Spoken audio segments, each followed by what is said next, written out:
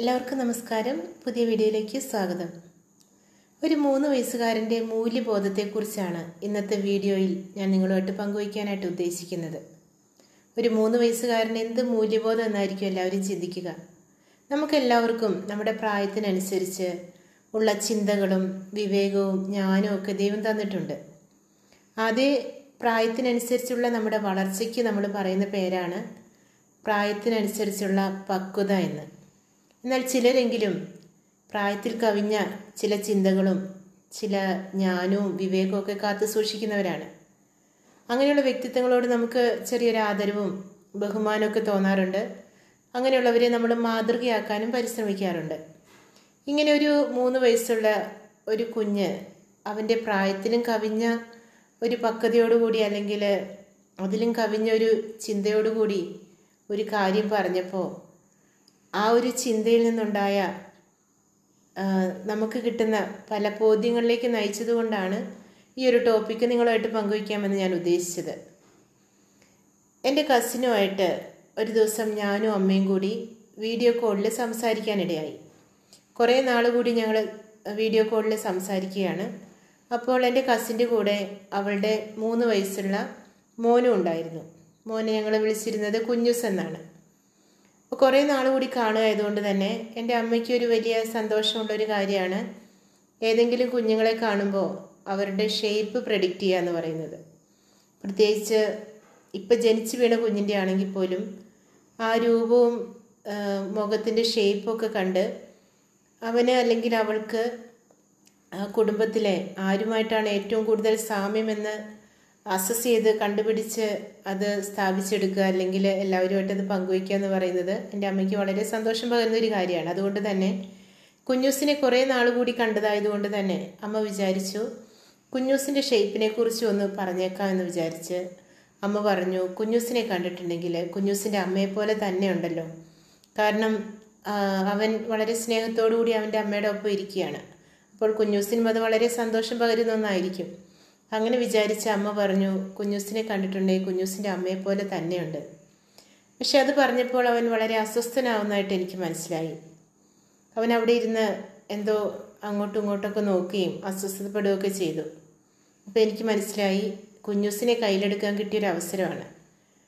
അതുകൊണ്ട് തന്നെ ഞാൻ വേഗം അതിനെ അതിലംഘിച്ചുകൊണ്ട് ഞാൻ പറഞ്ഞു, കുഞ്ഞൂസിന് കണ്ടിട്ടുണ്ട്, ശരിക്കും കുഞ്ഞൂസിൻ്റെ പപ്പയെ പോലെയാണ് ഇരിക്കുന്നത്. കണ്ണും മൂക്കും ഒക്കെ നോക്കിയാൽ അറിയാം കുഞ്ഞൂസ് അമ്മയെ പോലെയല്ല, കുഞ്ഞൂസ് പപ്പയെ പോലെയാണ് ഇരിക്കുന്നത്. കാരണം ഏതൊരു ആൺകുട്ടിയും ആഗ്രഹിക്കുക അവൻ്റെ പപ്പയെ പോലെ ഇരിക്കാനാണെന്നുള്ള ഒരു സൈക്കോളജി അനുസരിച്ചാണ് ഞാൻ ഈ കാര്യം പറഞ്ഞത്. എന്നാൽ എന്നെ അതിശയപ്പെടുത്തിക്കൊണ്ട് അവൻ വളരെ അസ്വസ്ഥനായി വളരെ ദേഷ്യത്തോടു കൂടി എന്തൊക്കെയോ പിറുപിറുത്തുകൊണ്ട് അവിടുന്ന് എഴുന്നേറ്റ് പോയി.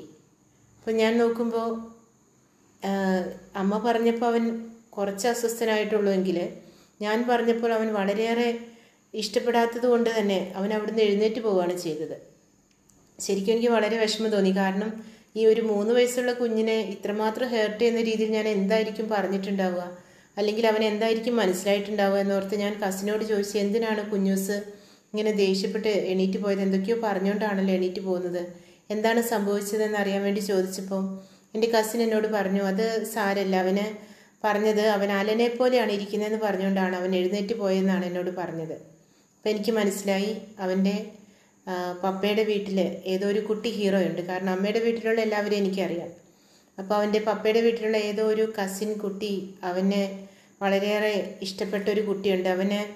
അവനെപ്പോലെ ആവാനോ അല്ലെങ്കിൽ അവനെ മാതൃകയാക്കുകയൊക്കെ ആയിരിക്കും ഇപ്പോൾ നടക്കുക. കാരണം ഓരോ കുട്ടി ഹീറോസ് എല്ലാവർക്കും ഉണ്ടാവുമല്ലോ. പ്രത്യേകിച്ച് ടീനേജ് പ്രായത്തിലൊക്കെയുള്ള നമ്മുടെ വീട്ടിലെ കസിൻസിനെയോ അല്ലെങ്കിൽ അയൽ വീട്ടിലുള്ള കുട്ടികളെയൊക്കെ മാതൃകയാക്കുക, അവരെ പോലെ ആവാൻ ശ്രമിക്കുക എന്നൊക്കെ പറയുന്നത് ആ പ്രായത്തിൽ സ്വാഭാവികമാണ്.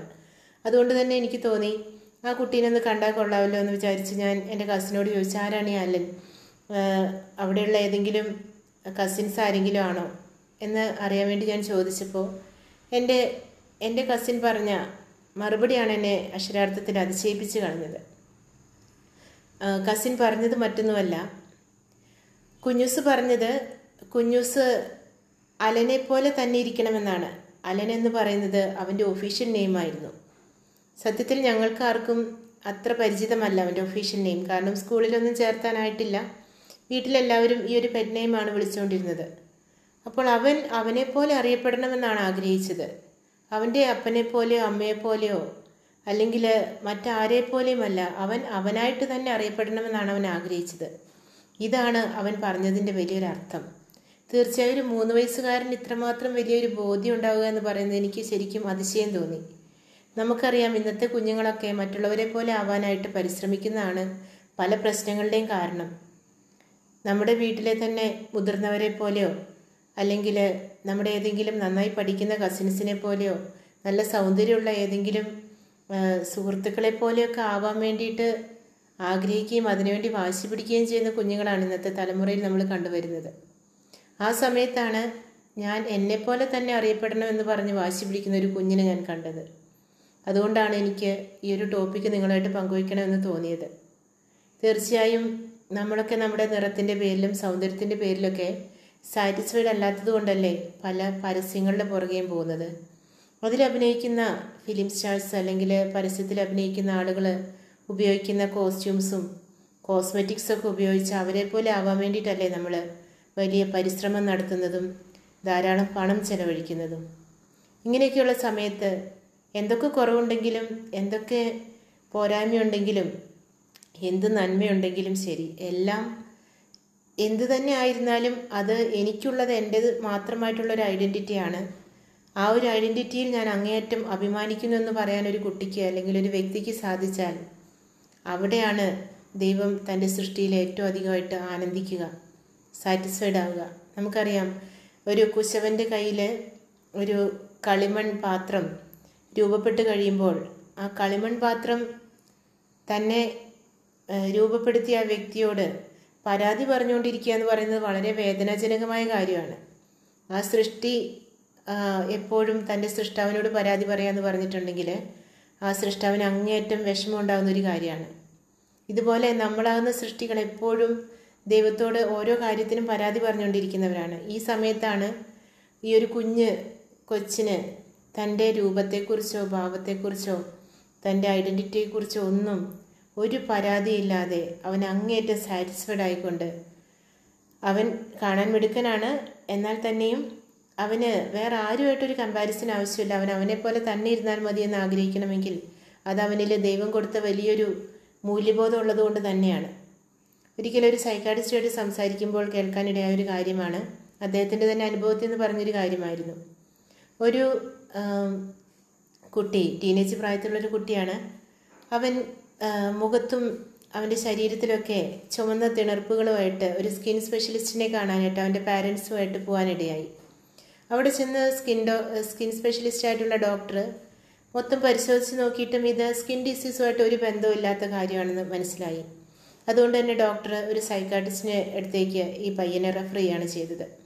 അങ്ങനെ വരുന്ന സമയത്ത് ഡോക്ടർ വളരെ വിശദമായ ഓരോ കാര്യങ്ങളും ചോദിച്ചറിഞ്ഞപ്പോഴാണ് മനസ്സിലാവുന്നത്, ഈ കുഞ്ഞ് അവൻ്റെ കളറിൻ്റെ പേരിൽ വളരെ വിഷമം ഉണ്ടായിരുന്നത് കൊണ്ട് കുറച്ചുകൂടി കളർ വെക്കാൻ വേണ്ടി ബാത്റൂമിൽ കയറി വാതിലടച്ച് അവിടെ നില ഉരയ്ക്കാനായിട്ട് ഉപയോഗിക്കുന്ന ബ്രഷ് എടുത്ത് തൻ്റെ ശരീരത്തും മുഖത്തും ഒക്കെ ഉരച്ചതുകൊണ്ടാണ് ആ ചുമന്ന തിണർപ്പുകളും പാടുകളൊക്കെ ഉണ്ടായതെന്നുള്ളത്. സത്യത്തിൽ ഇത് കേട്ടപ്പോൾ ഭയങ്കര വിഷമം തോന്നി. കാരണം ഒരു കുഞ്ഞിന് അവൻ്റെ സൗന്ദര്യം പോരാ അല്ലെങ്കിൽ കളറ് പോരാ എന്ന് പറഞ്ഞുകൊണ്ട് അവൻ്റെ ശരീരത്തെ ഇത്രമാത്രം വേദനിപ്പിക്കണമെങ്കിൽ അതിലും എത്രയോ ഇരട്ടിയായിട്ട് അവൻ മാനസികമായിട്ട് വേദന അനുഭവിച്ചിട്ടുണ്ടാവും.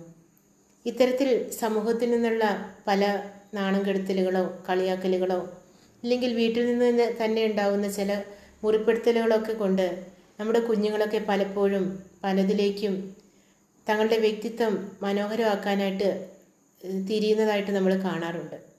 ഈ ഒരു അവസരത്തിലാണ് ഇത്തരം ചിന്തകൾക്ക് മൂല്യമേറുന്നത്.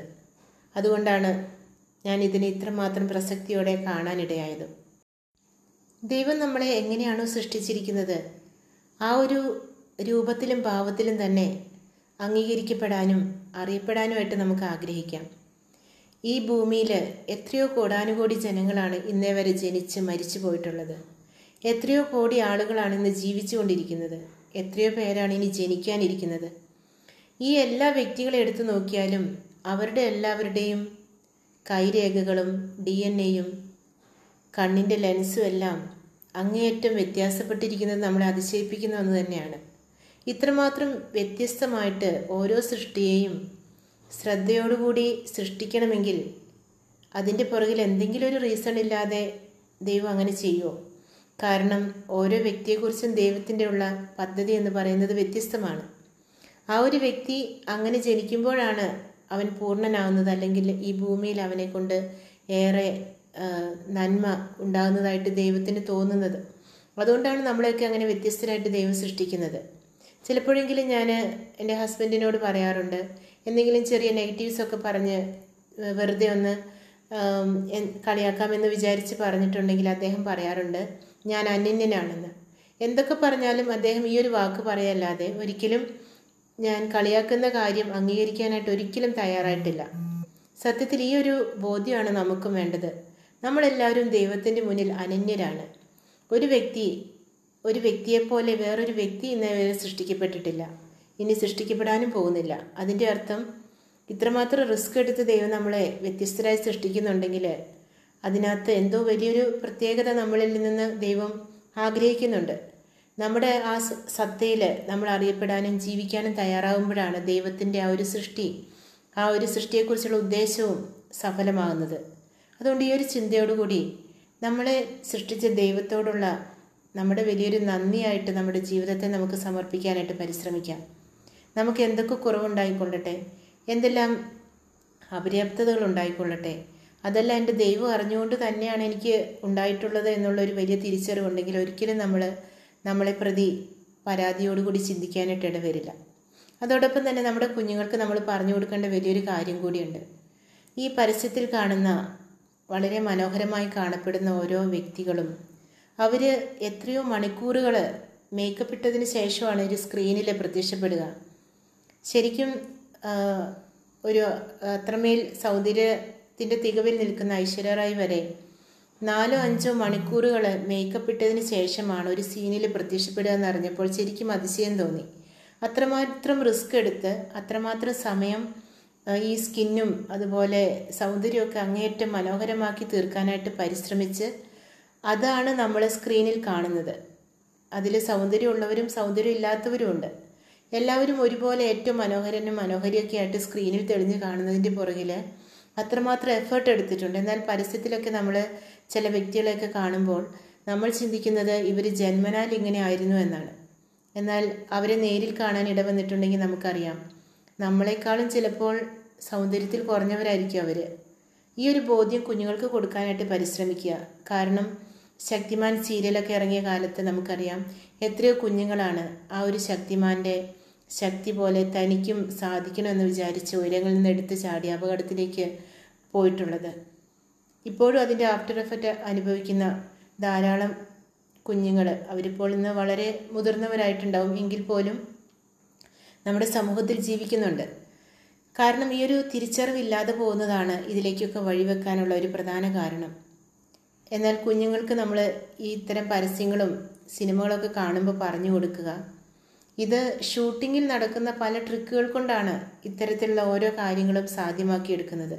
എന്നാൽ നമ്മുടെ കുഞ്ഞുങ്ങൾ വിചാരിക്കുന്നത് ഇത്ര അത്ഭുതകരമായിട്ട് പ്രവർത്തിക്കാൻ കഴിയുന്ന ഈ വ്യക്തികളെപ്പോലെ തനിക്കും ആകണം എന്ന് ചിന്തിക്കുന്നതാണ് പല അപകടത്തിലേക്കും നമ്മുടെ കുഞ്ഞുങ്ങളെ ചെന്ന് വീഴാൻ ഇടയാക്കുന്നത്. അതുകൊണ്ട് ചെറുപ്രായത്തിലുള്ള അവർക്ക് വിവേകമില്ലെങ്കിലും വിവേകമുള്ള പ്രായത്തിനനുസരിച്ചുള്ള പക്വത നേടിയിട്ടുള്ള നമ്മൾ കുഞ്ഞുങ്ങൾക്ക് ഇത്തരം കാര്യങ്ങൾ പറഞ്ഞു കൊടുക്കാനായിട്ട് നമ്മൾ പരിശ്രമിക്കേണ്ടത് ഏറെ അത്യാവശ്യമാണ്. അതുപോലെ തന്നെ നമ്മളായിരിക്കുന്ന അവസ്ഥയിൽ നമ്മളെ അംഗീകരിക്കാനും നമുക്ക് കിട്ടിയ ഓരോ സവിശേഷതകളും അത് ദൈവം നമുക്ക് വേണ്ടി തന്നെ കരുതി വെച്ച് തന്നതാണെന്നും ഉള്ള വലിയ തിരിച്ചറിവോടുകൂടി ഓരോ കാര്യങ്ങളും ചെയ്യാനായിട്ട് നമുക്ക് പരിശ്രമിക്കാം. ചിലപ്പോഴെങ്കിലും ബാഹ്യമായിട്ടുള്ള സൗന്ദര്യങ്ങളെക്കാൾ അധികമായിട്ട് ആന്തരികമായിട്ടുള്ള സൗന്ദര്യം ഉള്ളവരായിരിക്കും നമ്മുടെ മക്കൾ. ആ ഒരു സൗന്ദര്യം തിരിച്ചറിഞ്ഞുകൊണ്ട് ഏതെങ്കിലും വിധത്തിൽ പരാതിപ്പെടുന്ന കുഞ്ഞുങ്ങളാണെങ്കിൽ അവരോട് അവരുടെ മഹത്വം എന്താണെന്നൊന്ന് പറഞ്ഞ് മനസ്സിലാക്കാനായിട്ട് നമുക്ക് പരിശ്രമിക്കാം. ഈ ഒരു ചിന്തയോടുകൂടി ഇന്നത്തെ ഈ ഒരു കുഞ്ഞ് 3 വയസ്സുകാരൻ നൽകിയ മൂല്യബോധത്തെ നമുക്ക് കുറച്ച് കാര്യങ്ങൾ ചിന്തിക്കാനും അത് നമ്മുടെ പ്രവൃത്തിപഥത്തിൽ വരുത്താനും എപ്പോഴും ദൈവത്തോട് നന്ദിയുള്ളവരായിരിക്കാനും എല്ലാറ്റിലും ഉപരിയായിട്ട് നമ്മളായിരിക്കുന്ന അവസ്ഥയിൽ അഭിമാനിച്ചുകൊണ്ട് ഞാനായി തന്നെ അറിയപ്പെടണം എന്ന് ആഗ്രഹിക്കാനും പരിശ്രമിക്കാം. എല്ലാവർക്കും നല്ലൊരു ദിവസം ആശംസിക്കുന്നു. പുതിയ വീഡിയോയിൽ നമുക്ക് വീണ്ടും കാണാം.